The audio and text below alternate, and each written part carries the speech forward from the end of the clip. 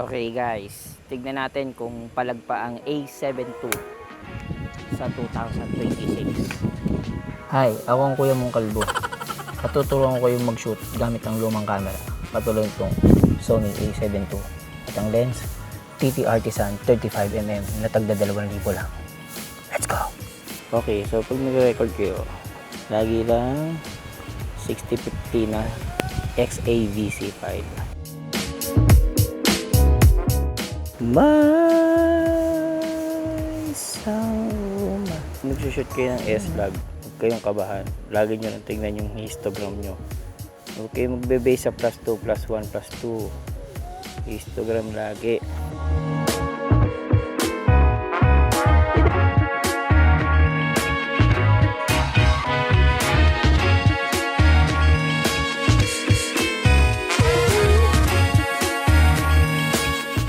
Since gumagamit kayo ng cine lens o manual lens, i-maximize nyo yung capacity niya. Mag-blur kayo ng shot, maglaro kayo sa focusing, mas madali siya. Mas mapapagaan buhay mo.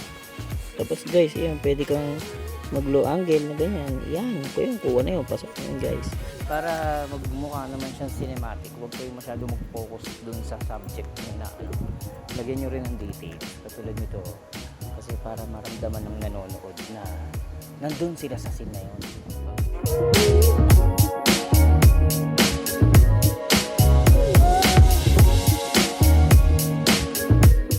So kapag nagsushoot kayo ng ganitong weather, i-take advantage nyo lang.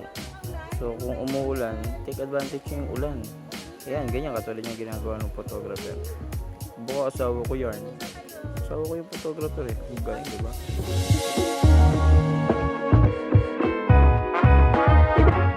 Tandaan nyo to guys.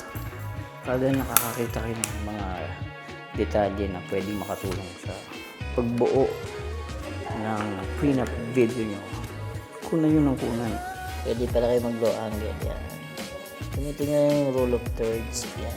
So pagka ganyan yung angle, pwede mong padaanin lang. Tapos patigilin mo kung saan yung spot. Sawa kong ganda. Uy! Sila lang kasi yung team na allowed mag-shoot. So ako hindi na ako nag-shoot. Importante yung may ending clip ka. So pwede ka na mag-ending clip dito. Low angle mo lang. Pull out grade mo yan. Low angle. Kita mo yun. May reflection. Ayun. Sana meron kayong walang natutunan.